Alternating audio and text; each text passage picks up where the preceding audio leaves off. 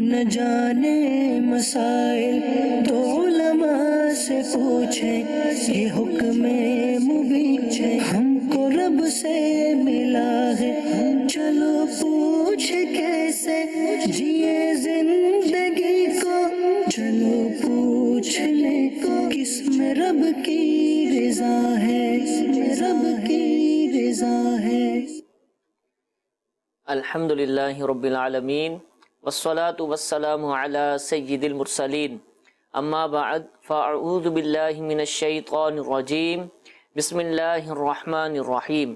الصلاة والسلام علیک یا رسول اللہ، الصلاة والسلام علیک یا حبیب اللہ، الصلاة والسلام علیک یا نبی اللہ، وعلی آلک واصحابک یا نور اللہ۔ پیارے اور محترم اسلامی بھائیوں، دارالافتاء اہل سنت سلسلے کے ساتھ حاضر ہیں مفتی سعید مدنی صاحب، ہمارے ساتھ تشریف فرما ہیں۔ درود پاک کی فضیلت سنتے ہیں۔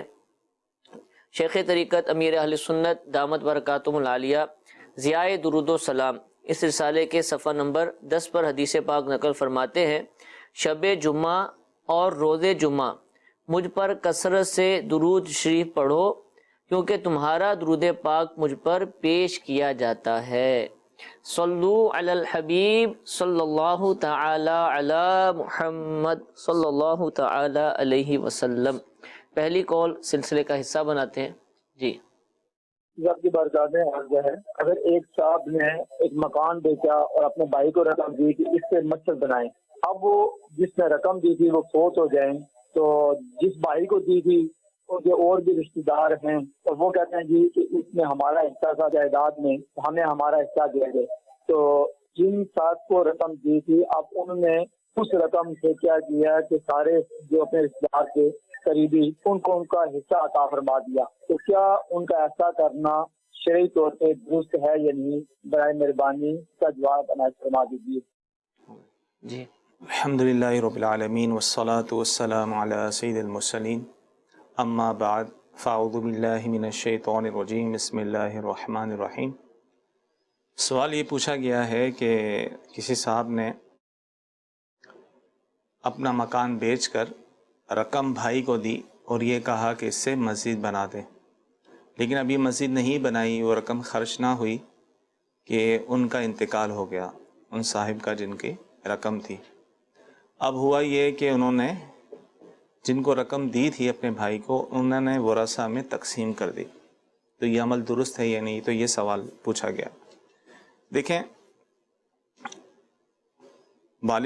مرحوم کی جو نیت تھی اچھی نیت تھی، اب مرحوم نے اگر اپنی زندگی میں ہی لگانے کے لیے کہا تھا اور موقع نہ ملا، اس سے پہلے ہی اس کا انتقال ہو گیا، تو ایسی صورت میں تو ظاہر ہے وہ رقم ورثہ میں ہی تقسیم ہونی تھی، اور ایسی صورت میں جو ان کے بھائی نے ورثہ میں شرعی طریقے سے اگر تقسیم کی ہے تو درست کیا ہے، اس میں کوئی حرج نہیں۔ ٹھیک ہے۔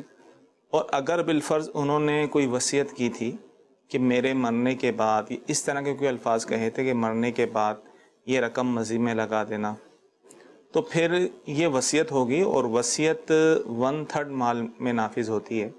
یعنی اگر بالفرض یہ ان کے پاس اور بھی مال تھا، مرحوم کی ملکیت میں اور بھی مال تھا، اور یہ جو رقم تھی یہ 1/3 سے کم آتی، 1/3 کے اندر ہی آتی ہے، ٹھیک ہے، پھر تو ظاہر ہے اگر وصیت کی تھی تو پھر تو وصیت کے مطابق عمل کرنا چاہیے تھا، اس میں اگرچہ ورثہ راضی نہ ہو۔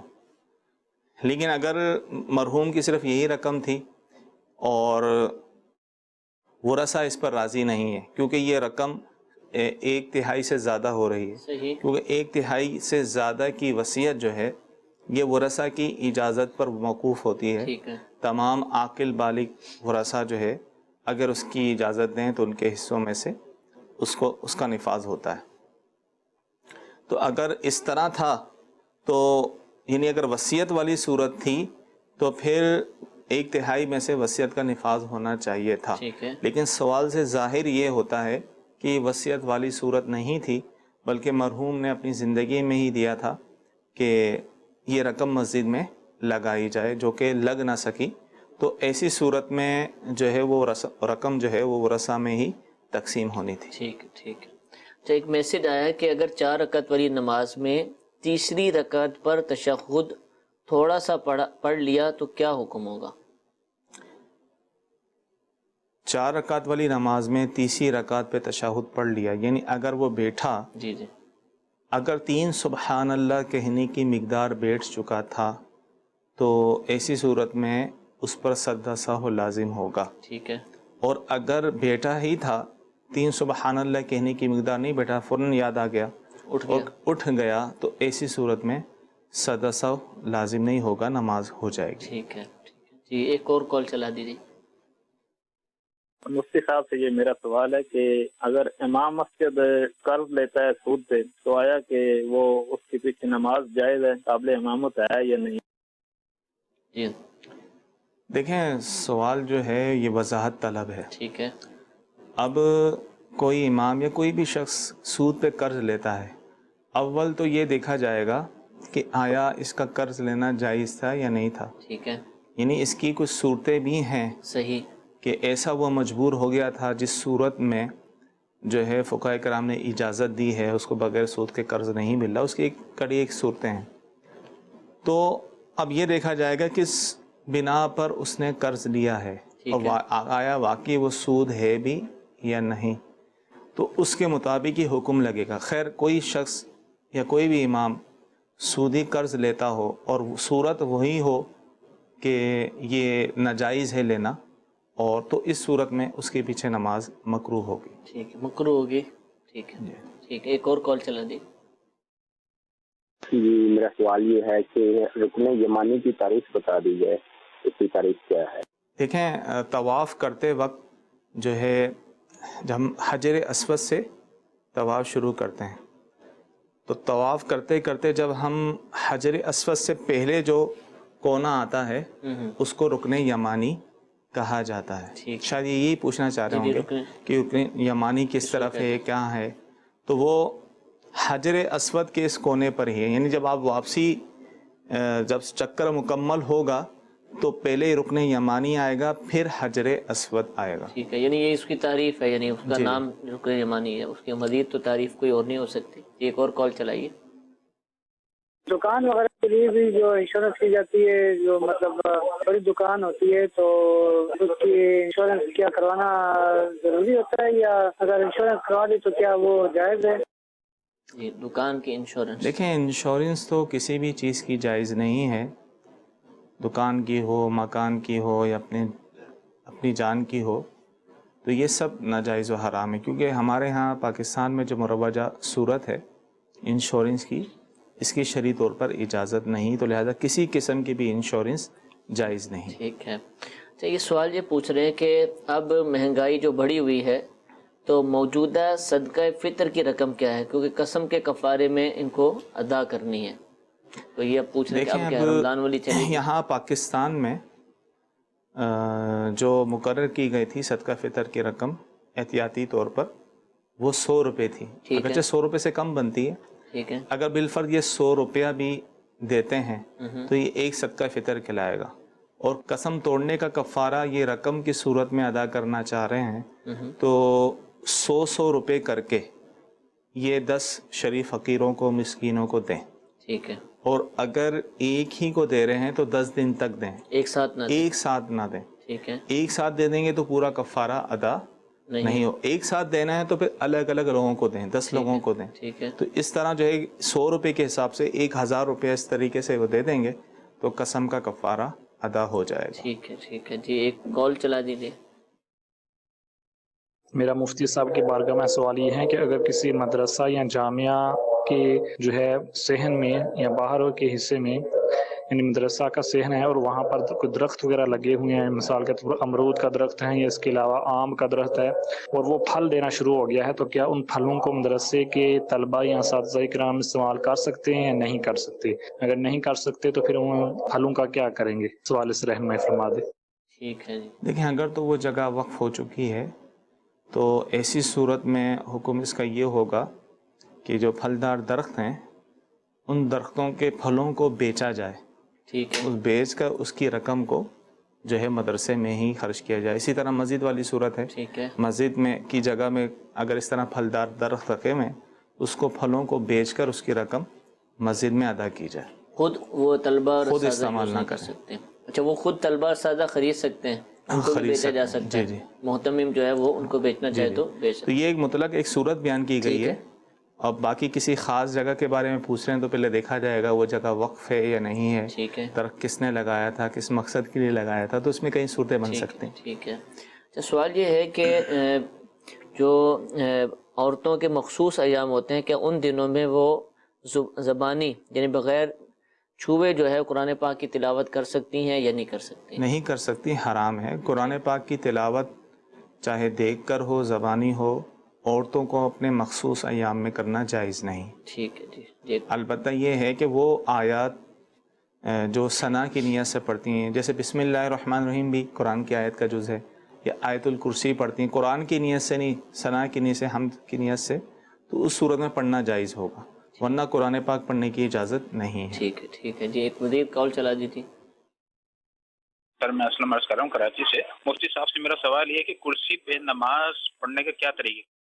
جی، کرسی پر کیسے نماز پڑھی جائے گی، اور یہ بھی بتائیے کہ کس کو پڑھنے کی اجازت ہے؟ دیکھیں، کرسی پر نماز پڑھنے کی اس شخص کو اجازت ہے کہ جو زمین پر سجدہ نہ کر سکتا ہو، جو زمین پر سجدہ کرنے پر قادر نہ ہو، یا زمین پر ایک بالش کوئی سخت چیز رکھ کر بھی سجدہ نہ کر سکتا ہو، تو ایسی صورت میں وہ کرسی پر بیٹھ کر نماز پڑھ سکتا ہے۔ ٹھیک ہے۔ اس پر جو زمین پر سجدہ کرنے پر قادر نہیں ہے، اس پر جو ہے قیام بھی فرض نہیں ہوتا، ٹھیک ہے۔ اس کے لیے مستحب یہ ہوتا ہے کہ وہ بیٹھ کر اشارے سے نماز پڑھے، ٹھیک ہے۔ کیونکہ کرسی پر اشارے سے ہی نماز ہوتی ہے، اگرچہ وہ کھڑا ہو جائے، رکوع بھی کر لے، سجدے کے لیے وہ اشارہ ہی کرتا ہے، ٹھیک ہے۔ تو اشارے سے نماز پڑھنا اس کے لیے جائز ہے جو زمین پر سجدہ کرنے پر قادر نہ ہو۔ بس یہ کلیہ ذہن میں ٹھیک ہے۔ یہ رکھیں۔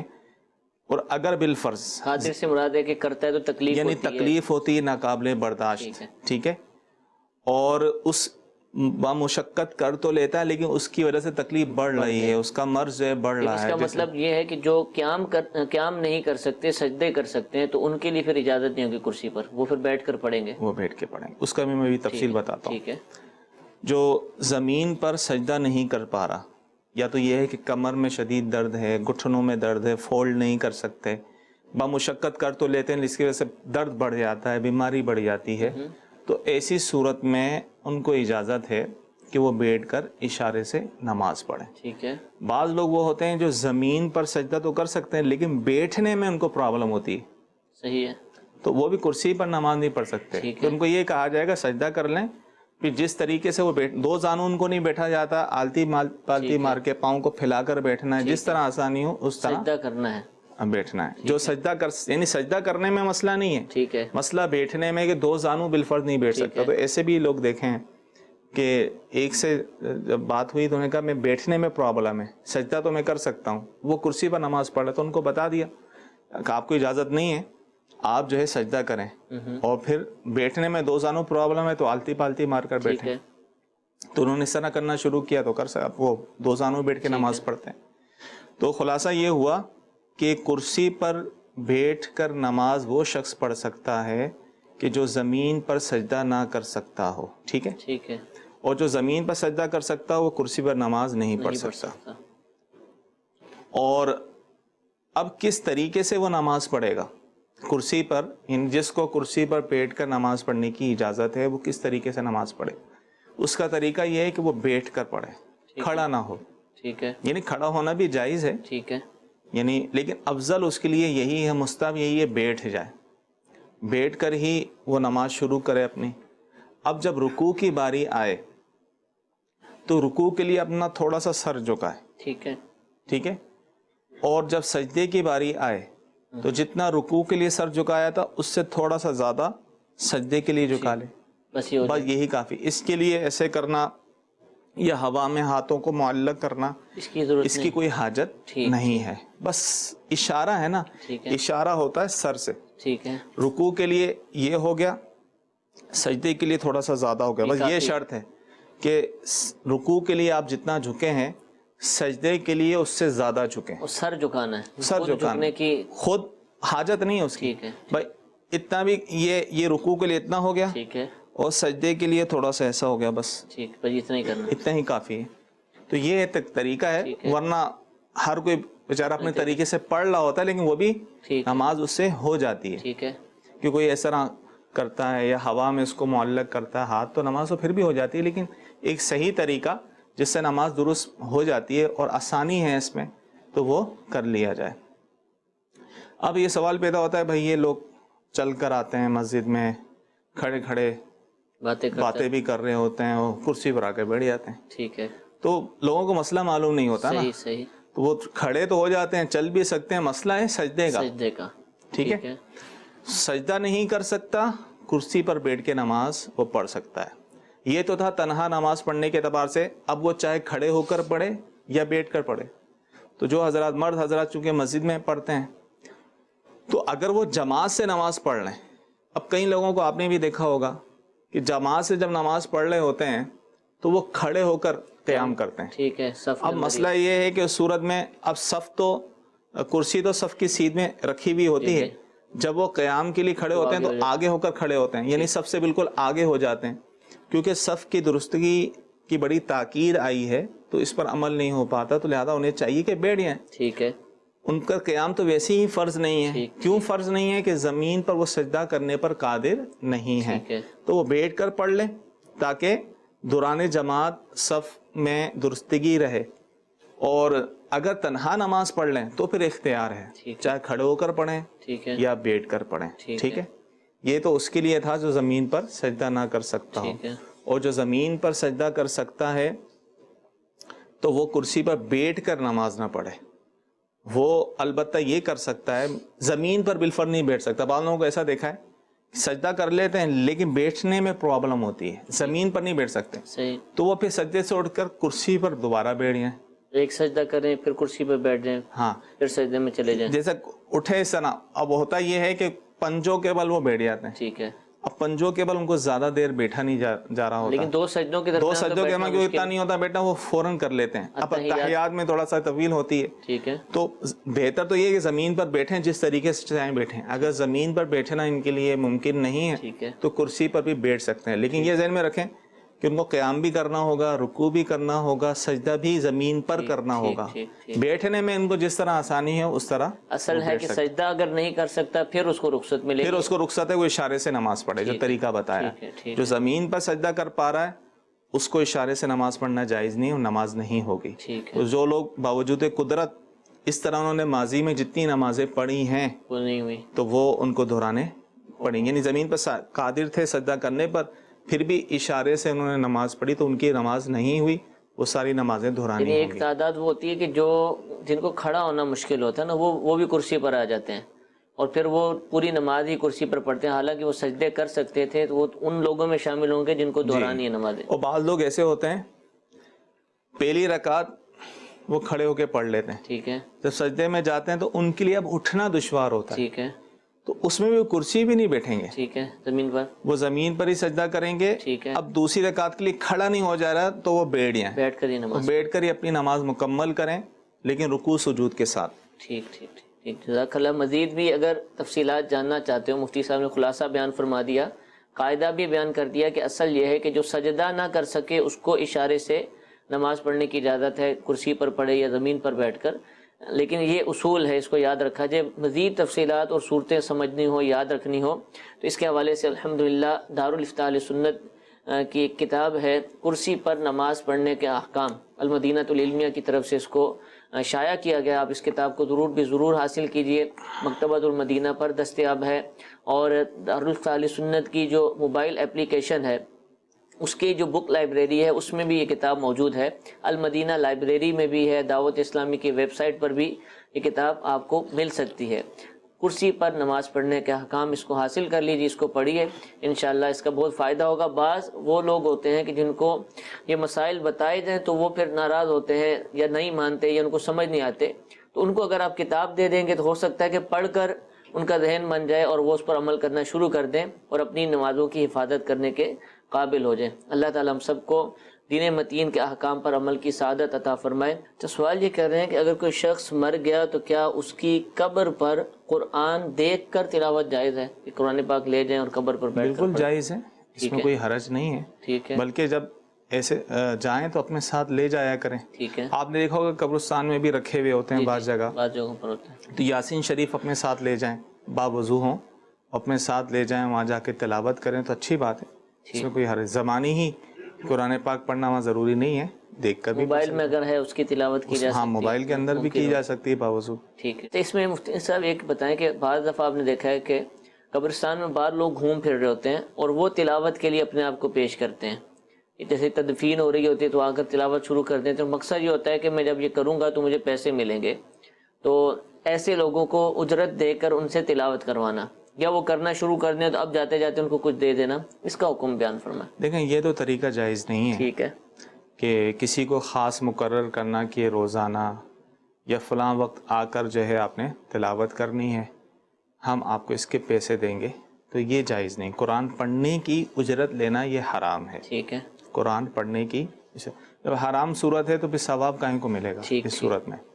البتہ جو ہے اس کی صورت یہ ہو سکتی ہے کہ کسی کے ساتھ وقت کا اجارہ کر لیا جائے. ٹھیک ہے. کہ اتنے سے اتنے بجے تک آپ میرے ملازم ہیں, آپ سے جو بھی کام لے سکتا ہوں. اس دوران اگر اس سے قرآن پڑھنے کا بھی کام لے لیا جائے تو ایک جواز صورت, لیکن ایسا ہوتا نہیں ہے نا. جیسے دکانوں پہ لوگ آتے ہیں سورہ یاسین روزانہ پڑھ کے جاتے ہیں, تو اگر مقرر کیا ہوا آپ آئیں گے پڑھ کے جائیں گے تو آپ کو دیں گے کچھ نہ کچھ, تو یہ پھر وہی اجرت والی صورت ہوگی جو کہ جائز نہیں ہے. اس کی جواز صورت وہی ہے کہ وقت متعین کر کے وقت کا اجارہ کریں, قرآن پڑھنے کا نہیں. اب ایک گھنٹے کے لیے آپ سے میرا ایگریمنٹ ہے, آپ میری دکان پر آئیں گے. جی جی. اب جو بھی کام لینا ہے, جو بھی کام لینا, اب وہ آ جائیں, وہ چاہے ان سے قرآن پاک پڑھیں یا جو چاہے کریں, تو وہ وقت کا کام لیتا ہے تو پھر اعتراض بھی نہیں کرے گا. جی جی. معروف اس کے ظاہر ہے اس کے منصب کے مطابق جو بھی ہے. ٹھیک ٹھیک. تو لہذا, لیکن ایسا ہوتا نہیں ہے نا, تو ایک شریعت نے ہلا بیان کیا, تو لہذا اگر کوئی کرتے بھی ہیں تو اس طرح کر لیں تاکہ گناہ گار نہ ہو نا, اس سے بچ سکیں. ٹھیک ہے. اور کوشش کر کے خود جانا چاہیے تلاوت. عمومی طور پہ یہ ہوتا ہے گھر والوں میں سے یہ تو کم پڑھے ہوئے ہوتے ہیں, پڑھے نہیں, تو یہ کتنی افسوس کی بات ہے کہ ہمارے گھر والوں میں سے کسی کا انتقال ہو جاتا ہے, ہم ان کے لیے اصالِ ثواب نہیں کر پا رہے ہوتے, قرآن پاک نہیں پڑھ پا رہے ہوتے, تو یہ ایک بدقسمتی ہے, بد نصیبی ہے. ٹھیک ہے. ٹھیک ہے جی, مزید کال چلا دیجیے. سوال یہ کرنا تھا کہ فجر کی نماز ہماری مسجد میں لاؤڈ اسپیکر پہ ہوتی ہے, تو صفیں تقریباً 3 صفیں بنتی ہیں, 3 ساڑھے 3 صفیں بنتی ہیں, اس میں لاؤڈ اسپیکر استعمال کرتے ہیں. اب اگر کوئی پیچھے سے آیا, اس کی سنتیں باقی رہ گئی تھی, وہ چاہتا ہے کہ میں سنتیں پڑھ کر اور اس میں شامل ہو جاؤں جماعت میں, لیکن وہ کلام پاک پڑھا جا رہا ہے زور سے, تو ادھر کلام پاک کا پڑھنا جو ہے سننا واجب ہے, تو اب میں سنتیں پڑھوں گا یا جماعت میں شامل ہو جاؤں؟ دیکھیں, قرآن پاک کا سننا ان کے لیے ہے جو جماعت میں شامل ہیں. اب کوئی مسجد میں آیا, جیسے فجر کی نماز کا انہوں نے کہا, اور انہوں نے سنتیں نہیں پڑھی, اور اتنی گنجائش ہے کہ وہ سنتیں پڑھ کے جماعت میں شامل ہو سکتے ہیں, تو جہاں نماز ہو رہی ہے اس سے دور صحن میں یا کسی پلر کے پیچھے آڑ لے کر جو ہے وہ سنتیں ادا فرمائیں, اگرچہ انہیں تلاوت کی آواز آ رہی ہو, بھلے آ رہی ہو, تو اب وہ جماعت میں شامل نہیں ہے. تلاوت سننا ان کے لیے ہے جو جماعت میں شامل ہیں. اب یہ جماعت میں شامل نہیں ہے تو یہ اپنی سنتیں پڑھ کر جماعت میں شامل ہو سکتے ہیں. اگر یہ سمجھتے نہیں کہ اگر میں سنتیں پڑھوں گا تو جماعت نکل جائے گی, تو ایسی صورت میں پھر جماعت میں شامل ہو جائیں. ٹھیک ہے. اچھا, میسیج کے ذریعے ایک سوال ہے کہ اگر نماز میں کوئی سنت چھوٹ جائے اور معلوم نہ ہو کہ یہ سنت ہے, اور آخر میں سجدہ سہو کر لیتے ہیں, تو کیا نماز ہو جائے گی؟ کوئی شخص اس طرح تنہا نماز پڑھ رہا ہے تو کیونکہ سنت چھوٹنے سے سجدہ سہو واجب نہیں ہوتا, لیکن اگر اس صورت میں کسی نے سجدہ سہو کر لیا تو اس کی نماز ہو جائے گی. ٹھیک ہے.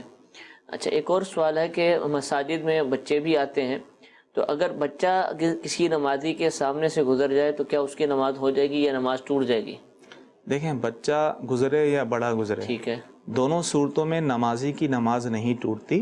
ٹھیک. البتہ جو گزرنے والا, جو بالغ شخص ہے گزرنے والا, وہ گناہ گار ہوگا جب بغیر سترے کے ایسی صورت میں گزر رہا ہے جس صورت میں گزرنے کی اجازت نہیں ہے, تو وہ گناہ گار ہوتے ہیں گزرنے والے, لیکن نمازی کی نماز میں کوئی فرق نہیں ہوگا. ٹھیک ہے. بچے اگر وہ ان پہ بھی گناہ کا حکم، اگر بہت چھوٹے ہیں تو وہ تو پھر نابالغ بچے ہیں، نہ سمجھیں تو نابالغ ہیں تو ان پہ تو حکم نہیں ہے ٹھیک ہے، ٹھیک گناہ کا، ٹھیک ہے، لیکن ایسے چھوٹے بچوں کو لانا ہی نہیں چاہیے، ٹھیک ہے، ان کو مسجد کے آداب بتانے چاہیے، اور البتہ ایسا چھوٹا بچہ ہے جس سے نجاست کا یقین ہے، خوف ہے، تو ایسی صورت میں ایسے بچوں کو لانا ہی حرام ہے، ناجائز ہے۔ ٹھیک ہے جی، ٹھیک ہے، ایک اور کال چلا دیجیے۔ حضرت ایک مسئلہ پوچھنا تھا کہ آن لائن نکاح ہو جاتا ہے؟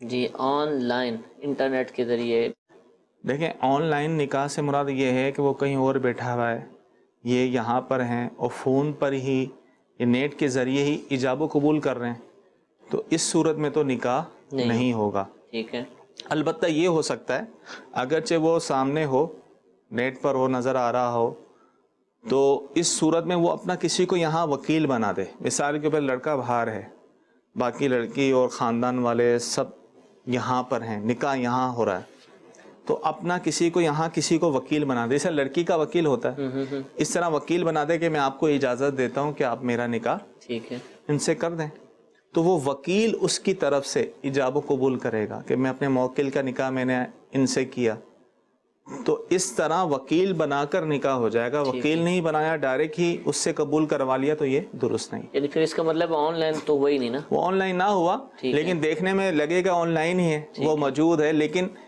وہ دراصل جو ایجاب و قبول کرنا ہے وہ وکیل نے کرنا ہے۔ یعنی مثال کے طور پہ لڑکی ایک مقام پر ہے اور لڑکا بھی وہاں اپنا کسی کو وکیل بنا دیتا ہے کہ آپ میری طرف سے قبول یا ایجاب جو بھی کرنا کر لیجیے گا۔ یہ جیسے کہ لڑکی بھی اپنے کمرے میں ہوتی، گھر میں ہوتی ہے، تو وکیل جاتا ہے، لڑکی سے اجازت لے کر آتا ہے، وہ وکیل اس کا نکاح کرواتا ہے۔ اب یہاں بھی لڑکے کا بھی وکیل ہوگا، جیسے نکاح خواہ میں نکاح نامے میں لڑکے کے بھی وکیل کا لکھا ہوتا ہے، لیکن مجلس میں چونکہ وہ خود حاضر ہوتا ہے، اس کی حاجت نہیں ہوتی، یہاں بھی لڑکے کا بھی وکیل بن جائے گا اور اس کے گواہ بھی بن جائیں گے، وہاں لڑکی کا وکیل اور اس کے گواہ، یہ دونوں وکیل اپنے موکلین کی طرف سے جو ہے ایجاب و قبول کر لیں گے۔ دونوں طرف سے ہو سکتا ہے، جیسے مثال کے طور پر لڑکی دوسرے ملک میں ہے اور نکاح لڑکے کے پاس ہو رہا ہے، تو اب لڑکی کسی کو اپنا وکیل بنا دے گی، نکاح لڑکی کے پاس ہو رہا ہے تو لڑکا اپنا کسی کو وکیل بنا دے گا۔ اور یہ اس میں یہ بات دھیان میں رہے، ہم نے جو طریقہ بیان کیا ہے یہ وہی ارینج میری والی صورت ہے، مجبوری ہے، ہاں مجبوری ہے، تو اس میں بہتر یہ ہے کہ جو نکاح کروا رہے ہیں ان کو معلوم ہونا ضروری ہے، نکاح خواہ وہ پوچھ لیں، طریقہ پوچھ لیں کسی مفتی صاحب سے، عالم صاحب سے، صحیح طریقہ کہ کس طریقے سے اجازت لینی ہے، کس طریقے سے نکاح پڑھانا ہے۔ ٹھیک ہے، جزاک اللہ جی۔ ایک اور کال چلا دیجیے۔ کہ یہ جو ہر مہینے کے 3 روزے ہوتے ہیں ان کو 13، 14، 15 تاریخ میں رکھنا ہے یا کسی اور تاریخوں میں بھی رکھ سکتے ہیں؟ یہ ایام بیت جو ہیں وہ 13، 14، 15 تاریخ کے ہی ہیں فضیلت، لیکن اگر نہیں رکھ پائے کسی بھی دن رکھ لیں تو ثواب پھر بھی ملے گا انشاءاللہ۔ ٹھیک ہے، یعنی وہ ایام بیت کے روزوں کا جو ثواب ہے وہ جو ہے 13، 14 اسلامی تاریخ۔ ٹھیک ہے جی، ایک اور کال چلا دیجیے۔ مفتی صاحب سے میرا سوال ہے کہ مسجد کے اندر اذان دی جا سکتی ہے یا نہیں، اس کی رہنمائی فرما دیں۔ جی حضرت، دیکھیں مسجد کے اندر اذان نہ دی جائے، اذان جو ہے یا تو فنائے مسجد، خارج مسجد وہاں اذان دی جائے، فقہ کرام نے اس کو مکروہ قرار دیا ہے مسجد کے اندر اذان دینے کو۔ ٹھیک ہے، یعنی مسجدوں کے اندر جو احاطے میں کوئی کمرے بنے ہوتے ہیں، کمرے بنے ہوتے ہیں، مسجد نہیں ہوتے بلکہ اس کے فنا یا خارج کہلاتے ہیں، جن میں مسجد کی نیت نہیں ہوتی، وہاں دی جائے، مسجد کے اندر نہ دی جائے۔ ٹھیک ہے، ایک اور کال چلا دیجیے۔ مفتی صاحب کی بارگاہ میں عرض ہے کہ ایک برتن مٹی کا یا پلاسٹک کا، اس کو پاک کرنے کا طریقہ بتا دیں، یا وہ پاک ہوگا بھی یا نہیں؟ جی، مٹی کا برتن، پلاسٹک کا برتن، دیکھیں ایسا برتن جس میں اندر کوئی چیز جذب نہ ہوتی ہو نا، جیسے مٹی کے بعض برتن ہوتے ہیں کہ جذب کوٹنگ کی بھی ہوتی ہے، تو اس صورت میں جو ہے اس کو دھونے سے جو ہے 3 دفعہ دھونے سے وہ پاک ہو جائے گا۔ اس طرح پلاسٹک کا جو برتن ہے وہ بھی 3 دفعہ دھونے سے پاک ہو جائے گا، بلکہ اگر 1 دفعہ بھی دھو کر جو ہے نجاست زائل ہو گئی تو پھر بھی پاک ہو جائے گا۔ ٹھیک ہے جی، ایک کال مزید چلا دیجیے۔ ایک یہ سوال ہے، بچہ ماں کی پیٹ میں سے مر جائے تو اس کا جنازہ جائز ہے؟ پیٹ میں ہی مر گیا؟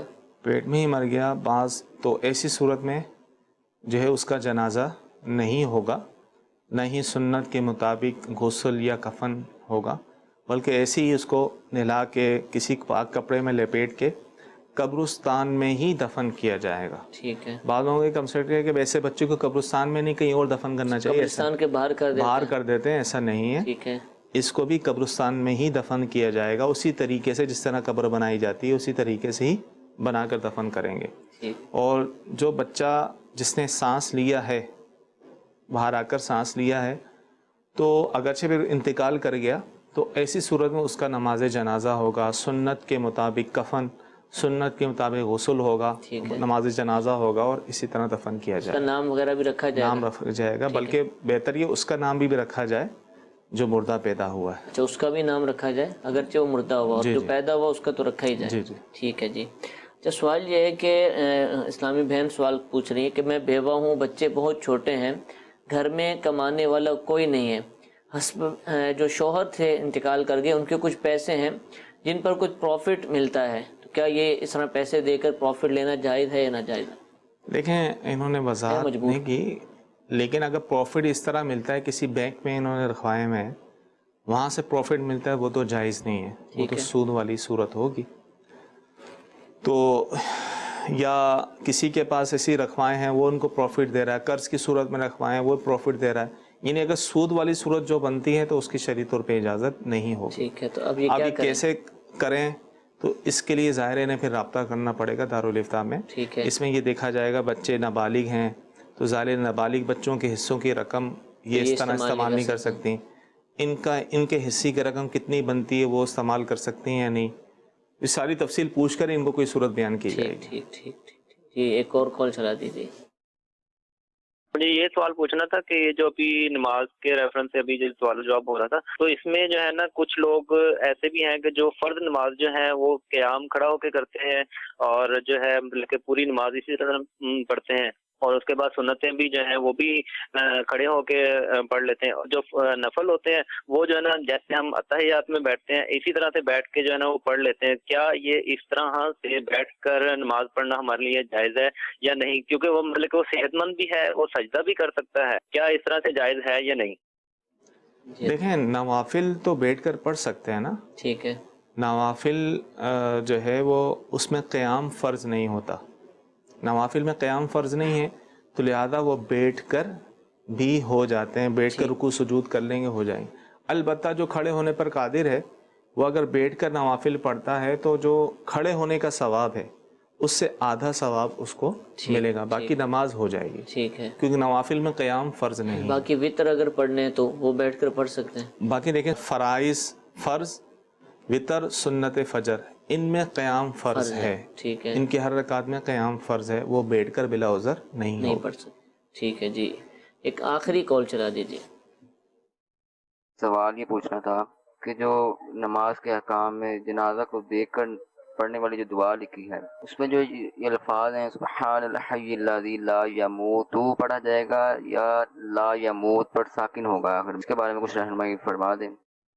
دونوں پڑھ سکتے ہیں. ٹھیک ہے. یعنی لا یموتو بھی پڑھ سکتے ہیں, لا یموت ساکن بھی پڑھ سکتے ہیں, کوئی مسئلہ نہیں, معنی ہی کی طرح رہے گا. جزاک اللہ. میٹھے میٹھے اسلام بھائیو, سلسلہ آپ نے ملاحظہ فرمایا, الحمدللہ بہت سارے موضوعات پر سوالات آپ ہی کی جانب سے موصول ہوئے اور مفتی صاحب نے ان کے جوابات عطا فرمائے.